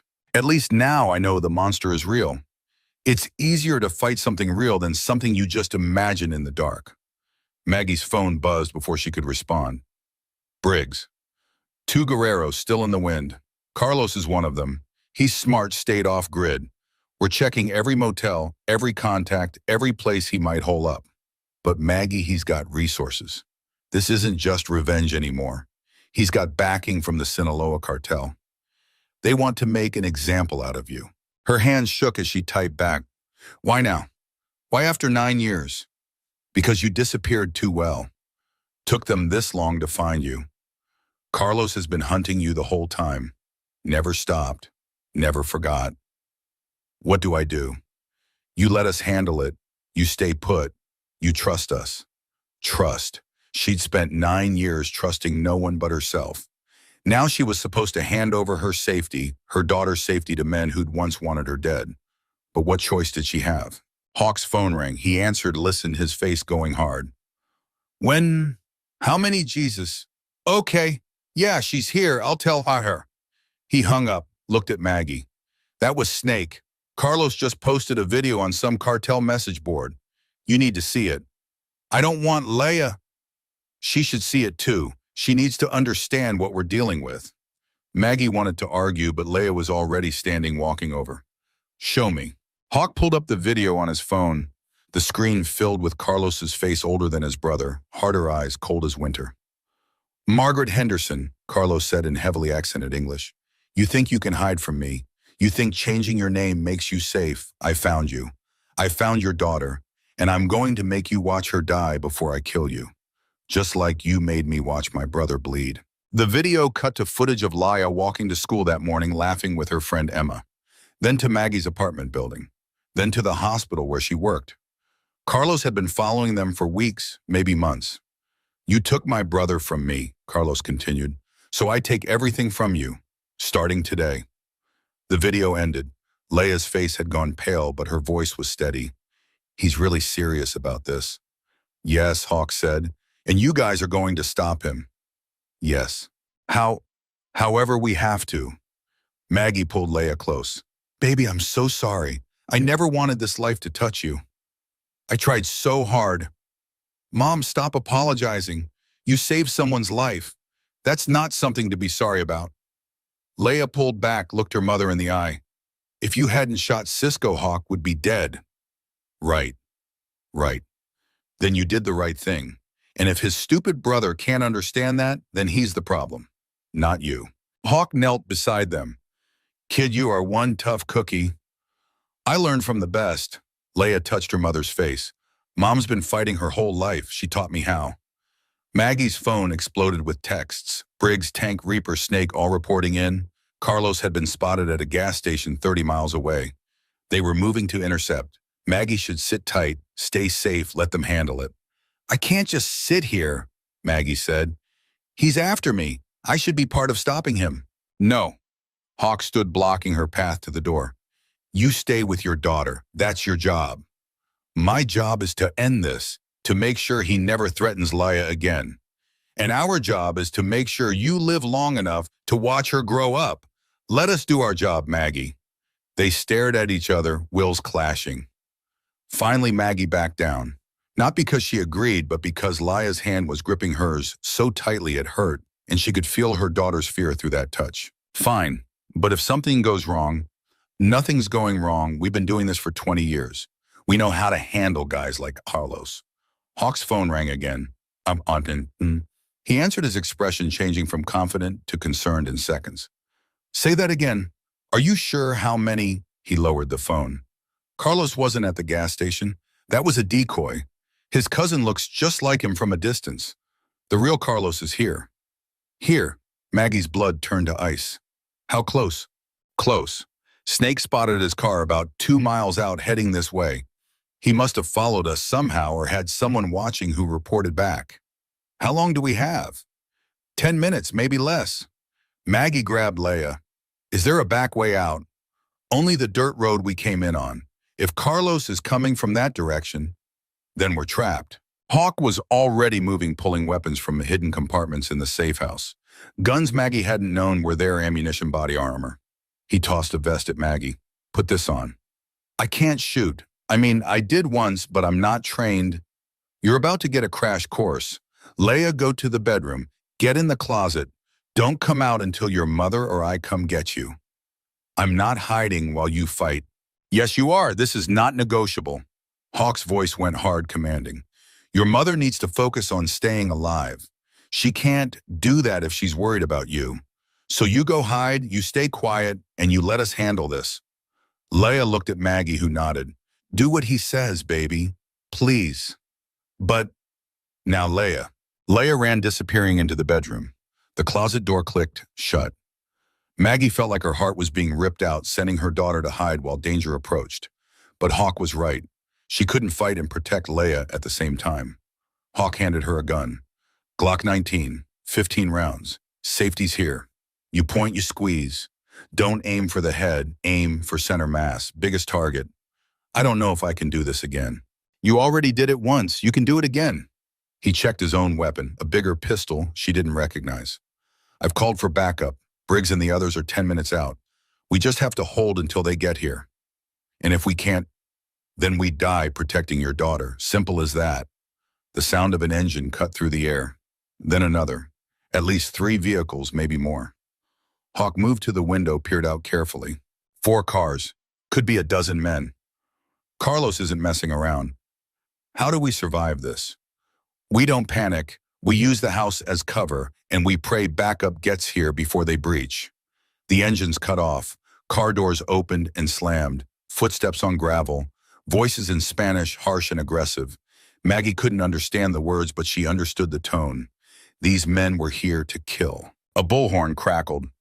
Margaret Henderson. We know you're in there. Send out the girl and maybe we'll let you live. Hawk looked at Maggie. Don't respond. Don't give them anything. The girl now, or we burn this place down with all of you inside. Maggie's finger tightened on the trigger. Every maternal instinct screamed at her to give them what they wanted, to sacrifice herself if it meant Leia lived. But she knew how this worked. They'd kill Leia anyway. Use her as leverage, as torture, as punishment. There was no negotiating with men like this. 10 seconds. Then we come in. Hawk positioned himself by the front door, gun raised. Maggie took the window, hands shaking so badly she could barely hold the Glock. 10-9-8. Mom, Leia's voice from the bedroom, small and scared. Stay quiet, baby. Stay hidden. Ibisec 5. The countdown felt like falling, like the ground rushing up to meet her. Maggie thought about every choice that had led here. Agreeing to go with Hawk that night, pulling the trigger in the warehouse, running instead of staying. Every decision a domino leading inevitably to this moment. 4-3. I love you, Leia, Maggie shouted. Whatever happens, I love you. 2. The world held its breath. Glass shattered. A window at the bottom of the house exploded inward. Men poured through 3 of them, guns raised. Hawk spun, fired twice. 1 man went down, the other 2 scattered. The front door buckled under something heavy, a battering ram maybe. Wood splintered. Maggie fired through the door, not knowing if she hit anything, just trying to slow them down. Bedroom, Hawk shouted. Get to Leia. Maggie ran. Behind her, the front door gave way. Men flooded in. Gunfire erupted, deafening in the enclosed space. She made it to the bedroom, slammed the door, shoved a dresser in front of it. Leia, where are you? Closet. Maggie wrenched open the closet door. Leia was crouched in the corner, the hands over her ears, tears streaming down her face. Maggie pulled her out, held her. We're okay, I've got you. Something slammed against the bedroom door. Once, twice, the dresser scraped across the floor. Window, Maggie said. We're going out the window. She ran to it, tried to open it, painted shut. She smashed the glass with the butt of the Glock, cleared the shards. Outside was a 10-foot drop to dirt and rocks. I'll go first, then catch you. Mom, trust me. Maggie climbed through, hung from the sill, dropped. Her ankle twisted when she landed, pain shooting up her leg. She gasped, fought through it. Jump! I'll catch you! Leia appeared at the window, hesitated. Behind her, the bedroom door burst open. A man's shape filled the doorway. Jump now! Leia jumped. Maggie caught her, the impact driving them both to the ground. Pain exploded through Maggie's twisted ankle, but she ignored it, scrambled up, pulled Leia behind her. They ran. Into the desert scrub, away from the house, away from the gunfire that still echoed from inside. Maggie's ankles screamed with every step, but she didn't stop. Couldn't stop. Had to get Leia away, had to keep her safe, that was all that mattered. Behind them, someone shouted in Spanish. Footsteps pounding after them. They weren't going to make it. Maggie spun, raised the Glock. The man chasing them was young, maybe 20, with a gun in his hand and murder in his eyes. She aimed just like Hawk taught her. Center mass, biggest target. She squeezed the trigger. The gun kicked in her hand. The man stumbled, looked down at the red bloom spreading across his chest, looked up at her with surprise. Then he fell. Maggie had killed him. She'd actually killed him. Mom, keep running. Leia's voice snapped her back. They ran, again pushing deeper into the scrub. Behind them, more shouts, more pursuers. How many men had Carlos brought? Then rising above the chaos, the most beautiful sound Maggie had ever heard: motorcycles. A lot of them. Coming fast. Briggs and the others had arrived. The gunfire changed pitch, changed direction. Now it was the guerreros who were scrambling, who were caught between the safe house and the approaching Hell's Angels. Maggie pulled Leia behind a large rock, both of them gasping for air. Stay down! Don't move! Don't make a sound! They huddled together, listening to the battle rage. It lasted maybe 5 minutes, but felt like hours. Guns firing, men screaming, engines roaring. Then gradually silence. Maggie? Briggs' voice cutting through the quiet. Maggie, if you can hear me, answer. She stood slowly still, gripping the Glock. We're here, we're okay. Briggs appeared through the scrub tank beside him. Both had blood on their clothes, neither looked hurt. They ran to her, checked her over, checked Leia. Hawk, Maggie asked. Alive. Took a round in the arm, but he'll live. How many did you? 8 guerreros down, 3 in custody, 2 got away in a car heading south. We've got people tracking them. And Carlos? Briggs's face went hard. In the house. He wants to talk to you. Like hell. Maggie, he's dying. Hawk shot him in the gut. He's got maybe 30 minutes, probably less. He wants to say something before he goes. Maggie looked at Leia, who was pale and shaking, but uninjured. Stay with Tank. Don't follow me. Mom, I'll be right back, I promise. She followed Briggs back to the safe house. The front door hung off its hinges. Glass and bullet casings littered the floor. In the living room, surrounded by bikers with guns drawn, Carlos Mendoza sat propped against the wall. Blood pooled around him, dark and spreading. He looked up when Maggie entered. His face was gray, sweat beading on his forehead. You, he said, voice weak but full of venom. Me. You killed my brother. I saved a friend. Your brother was going to kill him. Cisco was following orders, doing what he had to do. So was I. Carlos coughed, blood flecking his lips. 9 years I searched for you, 9 years. And for what? This? You should have let it go. He was my brother, my blood. You don't let that go. Maggie knelt beside him, ignoring the gasps from the bikers around her. She looked into his eyes, saw the same pain she'd carried for 9 years. I understand, she said softly. If someone hurt my daughter, I'd hunt them too. I'd never stop. So I get it. But Carlos, your brother made a choice. He set up Hawk. He pulled a gun. He was going to kill someone I cared about. I couldn't let that happen. So you shot him. So I shot him. Carlos's breathing was getting shallower. My family, they will come for you. This doesn't end with me. Then we'll be ready. You think you can fight the cartel? I think I've got good people on my side, and I think I'm done running. Carlos tried to laugh, but it came out as a wet gurgle. Stupid, you should run. You should take your daughter and run until your legs give out. I tried that for 9 years, didn't work. Then you'll die. Maybe, but not today. Carlos's eyes were glazing over. He had minutes, maybe seconds. Tell Hawk. Tell him Cisco said he was sorry. Before he died, said it wasn't supposed to go down like that. Maggie hadn't known that. In all the chaos, all the blood, she'd never known Cisco's last words. I'll tell him. And tell your daughter. Tell her to be smarter than both of us. Tell her not to waste her life on revenge. I will. Carlos's head dropped forward. His chest rose once more, then went still. Maggie stood, her bad ankle nearly giving out. Briggs caught her arm, steadied her. It's done, he said. Zit. He said his family will come. Let them. We'll be ready. They walked outside. Laya was sitting on Tank's motorcycle, looking smaller than her 9 years. Maggie limped over, pulled her daughter into her arms. Is he dead? Laya asked. Yes. Good. Leia, I know I'm not supposed to say that. I know it's not nice to be glad someone died. But Mom, he wanted to kill us. So yeah, I'm glad he's dead. Maggie couldn't argue with that logic. She was glad too, relieved, exhausted. She'd killed one man today, watched another die. She should feel something, guilt, horror, anything. But all she felt was tired. Hawk appeared from the house, his left arm in a makeshift sling, blood soaking through the bandage. We need to get you two out of here. Cops are on their way. There's going to be questions. What do we tell them? The truth? Mostly. You were being hunted by the cartel. We were protecting you. Self-defense all the way. Will they believe that? They will by the time our lawyer gets done with them.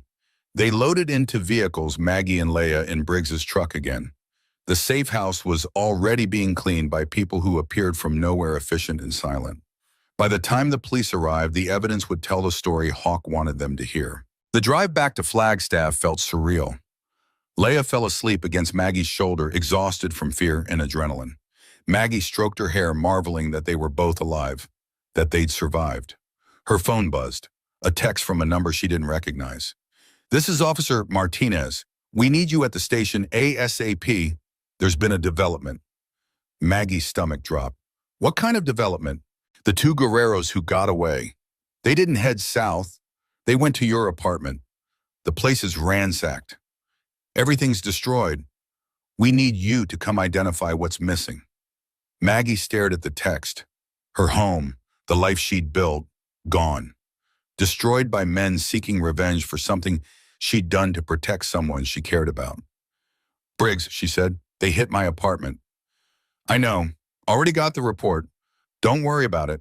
You're not going back there. That's my home. Was your home. Now you need something better, something secure. We've got a place in mind. I can't afford.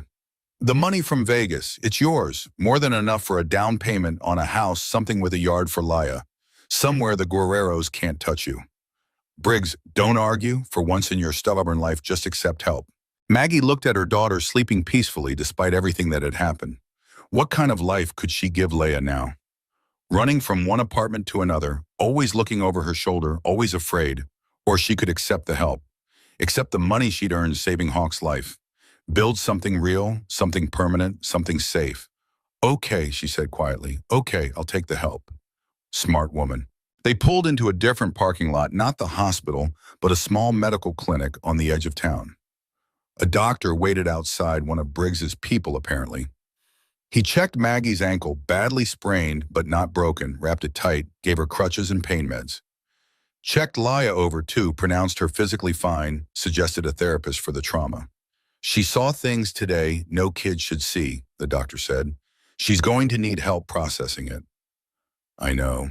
And you killed someone today. I know that too. That changes a person. Don't pretend it doesn't. Maggie nodded, took the card he offered for a therapist who specialized in trauma. Another piece of her life that needed fixing, another crack that needed mending. By the time they finished at the clinic, it was nearly 7 in the evening. Laya woke up hungry and cranky. They stopped at a drive-thru, got burgers and fries that Leia devoured in silence. Maggie picked at hers, her stomach too unsettled to eat. "Where are we going?" Leia asked finally. "I don't know yet. Somewhere safe. Can I vote on where we live?" "Yeah, don't I get a say?" Maggie smiled for the first time in hours. "Yeah, baby, you get a say. I want a house with a yard and a dog. I've always wanted a dog. A dog. A big one that can protect us. I think we have enough protection. But I want a dog anyway. We'll see." They ended up at a hotel on the north side of town. Nothing fancy, but clean and anonymous. Briggs got them 2 adjoining rooms, posted dice outside, promised someone would be watching it all night. Maggie helped Leia into pajamas, tucked her into bed. Her daughter was asleep before Maggie finished pulling the covers up. In her own room, Maggie sat on the edge of the bed and finally let herself fall apart. Quiet tears at first, then sobs that shook her whole body. She'd kept it together all day, stayed strong for Leia, but now the dam broke. A knock at the connecting door. She wiped her face. "Come in." Hawk entered, his arm properly bandaged now, carrying 2 bottles of beer. "Thought you might need this." "I don't drink." "Tonight you do." She took the beer, twisted off the cap, drank half of it in one go. It tasted terrible and perfect. Hawk sat beside her on the bed. They didn't talk, just sat there drinking beer in a cheap hotel room while their lives rearranged themselves around them. "Thank you," Maggie said finally, "for keeping us alive today. That's what family does. We're not family." "Yes, we are. You saved my life 9 years ago. That makes you family forever. And Laya's family, by extension. So yeah, we're family. I killed someone today, shot him right in the chest." "I know.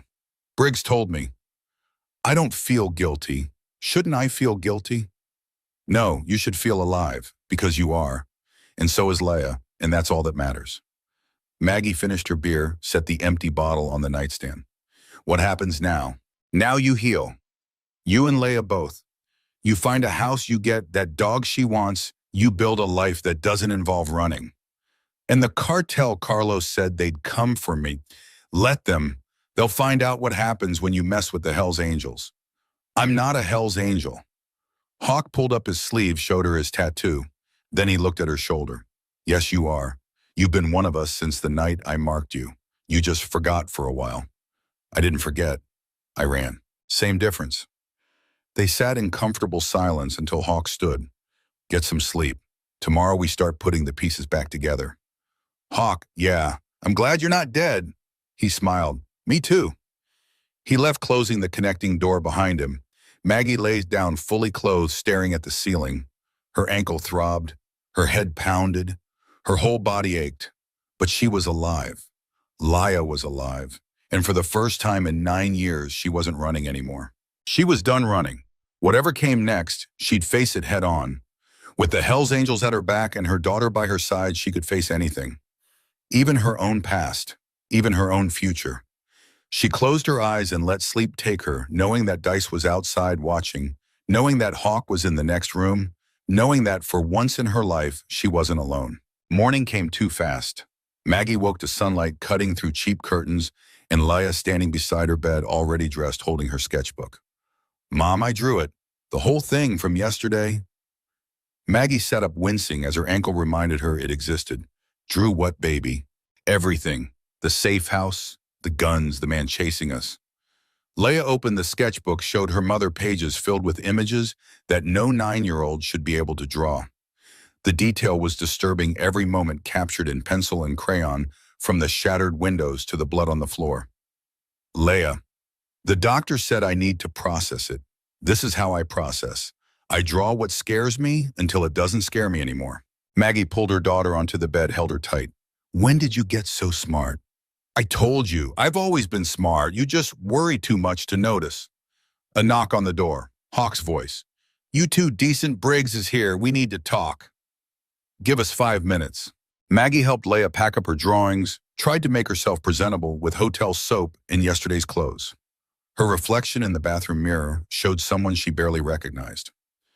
Hair, wild eyes shadowed a woman who'd killed a man less than 24 hours ago. She touched her shoulder where the tattoo sat hidden beneath her scrubs. The mark that had started all of this. The mark that had saved them. They opened the connecting door. Hawk sat on his bed arms still in the sling. Briggs stood by the window with Tank and Reaper. Snake was missing. "Where's Snake?" Maggie asked. "Hospital," Briggs said. "Took a round in the leg during the firefight. He'll be fine, probably out tomorrow." "I should visit him." "You should stay out of sight until we're sure the coast is clear." Briggs pulled out his phone and showed her surveillance photos. These were taken at the Phoenix airport this morning. 3 men, all known Sinaloa cartel enforcers. They flew in at 6 a.m. Maggie's blood went cold. Carlos wasn't lying. His family is coming. His uncle specifically, Vicente Mendoza. He's high up in the organization, and he's not happy about his nephew dying in some backwater Arizona town. "How do you know he's after me?" "Because he posted your hospital ID photo on 3 different cartel message boards with a $50,000 bounty on your head." The room spun. Maggie grabbed the doorframe for support. 50,000, dead or alive, with a bonus if you're delivered alive so he can handle you personally. Leia's hand found Maggie's. "What does that mean?" "It means a lot of bad people are going to be looking for your mom. Then we hide better." "Or we end it," Hawk said. All eyes turned to him. "Vicente wants revenge for his nephew." "Fine. Let's give him a target, but not Maggie. Me." "Absolutely not," Maggie said. "You saved my life 9 years ago. Let me return the favor." "By getting yourself killed, that's not a favor, that's stupidity." "I'm not planning on dying. I'm planning on drawing Vicente out so we can deal with him before he gets anywhere near you or Leia." Briggs crossed his arms. "Explain." "We leak information that I'm the one who killed Carlos. Not Maggie, me. That I've been protecting her all along, that I'm the real target. Vicente comes after me. We're ready for him, and we put him down before this escalates. And when he finds out you're lying, we make sure he doesn't live long enough to figure it out." Maggie shook her head. "No, I won't let you do this. I won't let you risk your life because of my choices. It's not up to you." "The hell it isn't." They glared at each other across the hotel room, neither willing to back down. Leia tugged on Maggie's hand. "Mom, if Hawk wants to help, maybe we should let him. You don't understand what he's offering to do. I understand that bad men want to hurt us, and I understand that Hawk is trying to stop them. Isn't that what family does?" "She's got a point," Tank said. "The kid's smarter than all of us." Briggs rubbed his knee. "If we do this, we do it right. No cowboy moves. We plan every detail. Vicente doesn't sneeze without us knowing about it." "Agreed," Hawk said. "And Maggie and Leia go somewhere secure, somewhere not even we know about. That way, if this goes sideways, Vicente can't torture the information out of us." Maggie wanted to protest, wanted to stay and fight, but Leia's hand in hers stopped her. Her daughter's safety came first. Always. "Where is she?" asked. "I've got a cabin in Montana, middle of nowhere, off the grid. Only one person knows about it, my sister. She'll take you there, stay with you until this is over." "How long?" "Week, maybe 2. Depends how fast we can locate Vicente and neutralize him." "Neutralize?" Maggie laughed bitterly. "You mean kill?" "I mean make sure he's never a threat to you again." Leia spoke up. "Do they have dogs in Montana?" Everyone turned to look at her. She shrugged. "You said I could get a dog. If we're going to Montana for a week, maybe we could look at dogs." Despite everything, Maggie smiled. "Yeah, baby, we can look at dogs. Can it be a big one?" "We'll see." Briggs made calls while Maggie and Leia packed what little they had. The plan came together fast, too fast maybe, but they didn't have time for slow. Vicente was already in Arizona. Every hour they waited was an hour he got closer. A woman arrived at the hotel at noon. Mid-40s, short hair, leather jacket, eyes that missed nothing. "I'm Sarah, Briggs's sister. You must be Maggie. Thank you for doing this. Family takes care of family. Let's move." They loaded into Sarah's SUV, windows tinted dark. Leia sat in the back, clutching her sketchbook, quiet now, processing. Maggie watched Flagstaff disappear in the side mirror, wondering if she'd ever see it again. "You're doing the right thing," Sarah said, "getting her away from this mess." "Am I? Or am I just running again?" "There's a difference between running scared and making a strategic retreat. You're doing the second one. Doesn't feel different. It will." When this is over and you're both safe, it'll feel different. They drove for hours, stopping only for gas and bathroom breaks. Leia fell asleep somewhere in southern Montana, her head against the window drawings scattered across her lap. Maggie stared at them at the violence her daughter had witnessed and captured on paper. She's resilient, Sarah said, noticing Maggie's gaze. Kids are tougher than we give them credit for. She shouldn't have to be tough. She should be worrying about homework and friends, not men with guns. No, she shouldn't, but she is, and you're keeping her alive. That's all that matters right now. They reached the cabin as the sun set. It was exactly what Briggs had promised: remote, hidden, no neighbors for miles. Solar panels on the roof, a well for water, enough supplies to last months if necessary. Inside was sparse but functional. 2 bedrooms, a kitchen, a living room with a wood stove. Sarah showed them where everything was, how the generator worked, where the weapons were hidden. You know how to shoot now? Sarah asked. I learned yesterday. Crash course. Good, because if someone finds you up here, I need you to be able to defend yourself and Leia until help arrives. How fast can help arrive? Helicopter from Briggs's people, 2 hours. Local police 4, maybe 5 if the weather's bad. Maggie looked out the window at the endless trees. So we're on our own. You're together, that's better than alone. Sarah stayed that night, cooked them dinner, made sure they were settled. In the morning, she left, promising to check in daily by satellite phone, since cell service didn't reach this far into the wilderness. And then it was just Maggie and Leia in a cabin in Montana waiting for word that it was safe to come home. The first day crawled. Leia drew more pictures. Maggie paced, checked the weapons, looked out the windows at nothing but trees and sky. The satellite phone rang at 8 p.m. It's Briggs. We've located Vicente. He's staying at a compound outside Phoenix, heavily guarded. We're watching, waiting for an opening. How long? Could be tomorrow, could be a week. He's careful. And Hawk, playing his part perfectly. We leaked the story that he killed Carlos. Vicente took the bait. He's asking around about Hawk's location. So Hawk's in danger. Hawk's always in danger. It's kind of his thing. Briggs, he knows what he's doing. Trust him. I'm trying. Try harder. I'll call tomorrow, same time. He hung up. Maggie set down the phone, found Leia watching her from the couch. They're going to be okay, Leia said. Hawk and the others. They're tough. How do you know? Because they have to be. We need them to be. Day 2 was worse. The waiting gnawed at Maggie's sanity. She cleaned weapons she'd already cleaned, checked locks she'd already checked, cooked food neither of them was hungry for. Leia spent the day exploring outside, staying close to the cabin like Sarah had instructed. She found animal tracks, identified them from a nature book Sarah had left. Bear, deer, something that might have been a wolf. We should stay here forever, Leia said at lunch. It's peaceful. You'd get bored. No, I wouldn't. I'd draw and explore and learn about animals. And we'd get that dog, a big one that could protect us from bears. We're not staying forever. But we could. Couldn't we just disappear? Let Hawk and the others handle Vicente. Start over up here where nobody knows us. Maggie looked at her daughter, saw the hope in her eyes, the desire for a normal life, a safe life. You want to hide forever. I want to stop being scared. Me too, baby. Me too. Briggs called that night with an update. We've got a problem. Vicente made copies of your photo, distributed them to every cartel contact from here to California.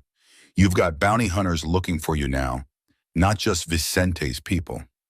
How many? Conservatively 50, maybe more. Maggie's legs gave out. She sat hard on the cabin floor. 50 people hunting me, which is why you stay exactly where you are. That cabin is off every grid. Nobody knows about it except me, Sarah, and now you. What about Hawk's plan? Still in play, but it's taking longer than we hoped. Vicente's paranoid. Won't leave the compound, won't meet with anyone face to face. We're working on a way to draw him out.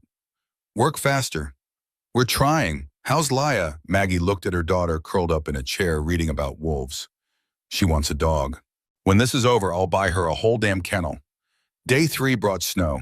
Not a lot, just enough to dust the ground and make everything look clean and new. Leia went outside, made a snowman with rocks for eyes and sticks for arms. Maggie watched from the window gun within reach, scanning the trees for threats that never came. The satellite phone rang at noon instead of 8. Maggie's heart jumped. Briggs, we got him. Hawk's voice rough but triumphant. Vicente's dead. It's over. Maggie's knees buckled again. She slid down the wall phone, pressed to her ear. How? He came after me, finally got tired of waiting, decided to handle it himself. Walked right into our trap. Briggs put him down. Clean shot. He didn't suffer. And his people, scattered. Without Vicente, there's no organization, no leadership. The bounty's off. The cartel's moved on. You're safe, Maggie. You and Leia both. Maggie couldn't speak, couldn't breathe. 9 years of running, of fear, of looking over her shoulder. And it was over. Just like that. One phone call, and it was over. Maggie, you still there? I'm here. I don't know what to say. Say you're coming home. Say you're ready to stop hiding and start living. I'm coming home. The words felt foreign, impossible. When Sarah's already on her way to get you, should be there in 3 hours. We'll have a place ready for you when you get back. A real place. Safe, secure, yours. The money from Vegas is waiting in an account with your name on it, enough for a down payment and then some. Maggie, you saved my life. That money was always yours. Time you started believing that. She hung up, walked outside where Leia was adding more snow to her snowman. Baby, we're going home. Already, but we just got here. It's over. The bad men aren't looking for us anymore. Leia turned snowflakes in her hair, hope dawning on her face. Really, we're really safe. Really. And we can get a dog. Yes, a big one. The biggest one we can find. Leia launched herself at Maggie, nearly knocking them both over. They held each other in the snow, laughing and crying at the same time, 9 years of fear finally releasing its grip. Sarah arrived exactly 3 hours later. The drive back to Arizona felt different than the drive up. Lighter, like they were moving towards something instead of running away. They reached Flagstaff at midnight. Briggs met them at a house on the north side of town. Not an apartment, a real house with a yard and a garage and a front porch. Hawk stood on that porch, arm out of the sling, now grinning like a fool. Welcome home, he said. Maggie got out of the SUV slowly, not quite believing this was real. This is the place. 3 bedrooms, 2 baths, fenced yard. It's yours if you want it. We've got first month's rent covered, utilities, set up furniture being delivered tomorrow. I can't afford. Yes, you can. The Vegas money, remember. Stop fighting this, Maggie. Let us help. Let us make up for 9 years of being wrong about you. Leia ran past them into the house, her voice echoing from inside. Mom, there's a fireplace, and the kitchen is huge, and my room has a window seat. Maggie looked at Hawk, at Briggs, at these men who'd hunted her, and now were giving her a home. Why are you doing this? Because you're family, Briggs said simply, and family takes care of each other. Should have done it 9 years ago. Doing it now. Tank appeared from around the side of the house. Backyard secure, fences solid, good space for a dog. Everyone keeps talking about this dog, Reaper added, emerging from the house. Kid's very insistent about the dog. She wants protection, Maggie said. She's got us, but if a dog makes her feel safer, then she gets a dog. They showed Maggie through the house. It was perfect, exactly what she would have chosen if she'd had the courage to dream that big. Leia was already claiming the bigger bedroom, the one with the window seat and built-in bookshelves. Mom, can I paint it whatever color I want? Sure, baby, it's your room. I want purple, like really purple. Is that okay? Completely okay. Maggie found Hawk in the kitchen making coffee like he owned the place. You shouldn't have done all this. Yeah, I should have. 9 years too late, but better late than never. I don't know how to repay you. You already did. That night in the warehouse. That was repayment enough for several lifetimes. Maggie leaned against the counter, suddenly exhausted. What happens now? We just live here, pretend the last 9 years didn't happen. No, we acknowledge the last 9 years happened. We learn from them, and then we move forward, together. I don't know how to not be alone anymore. Then learn. We'll help you. That's what family does. Leia appeared in the doorway holding her sketchbook. Hawk, can you help me draw a motorcycle? I can't get the wheels right. Sure, kid. Let's see what you've got. They sat at the kitchen table, Hawk teaching Leia how to draw proper circles for wheels, while Maggie watched. This man who'd saved her in return. This little girl who'd seen too much but remained somehow hopeful. This house that represented a future she'd never let herself imagine. Briggs found her standing there. You good? I don't know. Ask me in a week when this all feels real. It's real. This is your life now. Safe, stable, normal. I don't know what normal feels like anymore. You'll figure it out. And if you don't, we'll be here to help. The others left around 2 in the morning. Promises to check in tomorrow, to help with furniture, to take Laya to look at dogs at the shelter. Maggie locked the door behind them, checked it twice, then checked it again. Mom, Leia stood in the hallway in her pajamas. You can stop checking. We're safe now. I know. Do you really? Maggie thought about it. About Vicente dead in Phoenix. About Carlos bleeding out in that safe house. About the Guerreros scattered and broken. About the Hells Angels standing guard. Yeah, she said finally. Yeah, I think I do. They went to their separate bedrooms, Leia to hers with the window seat, Maggie to hers with the view of the backyard. She lay in an actual bed in an actual house that was actually hers and tried to remember the last time she'd felt this kind of peace. She couldn't. Maybe she never had. Her phone buzzed, a text from Hawk. Sleep well, you earned it.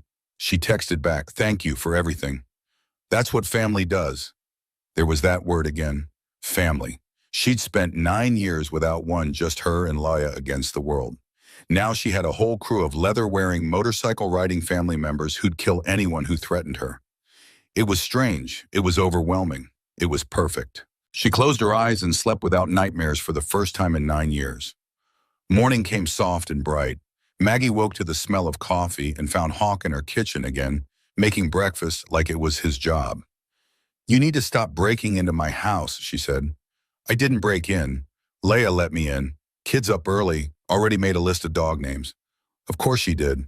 They sat at the table with scrambled eggs and toast, the three of them, like this was normal.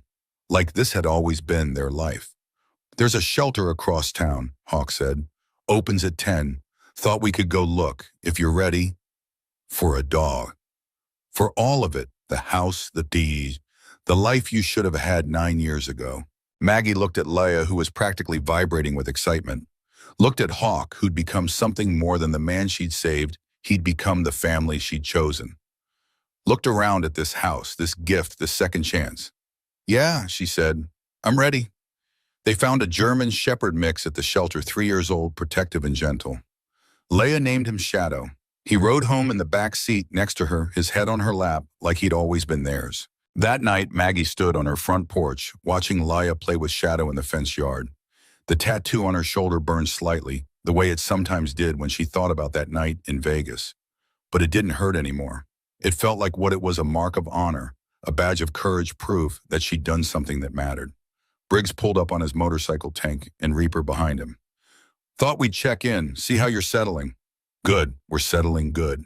The kid got her dog, I see. The kid got everything she asked for. Good, she deserves it, you both do. They stood together on the porch, watching Leia and Shadow play as the sun set over Flagstaff. 9 years ago, Maggie had pulled a trigger to save a life, had run for her freedom, had built a life from nothing while looking over her shoulder every single day. Now she was home. Not the home she'd left in Vegas, but something better, something earned, something real. She touched her shoulder where the skull with wings sat hidden beneath her shirt, the mark that had condemned her and saved her in equal measure. Thank you, she said to Briggs, to Hawk, to all of them, for giving me my life back. You never lost it, Briggs said. You just misplaced it for a while. Now you found it again. And standing there on the porch of a house she owned, watching her daughter play with the boy she'd always wanted, surrounded by the family she'd never expected to have, Maggie finally understood what Leia had meant in the cabin. She wasn't scared anymore, and she would never run again.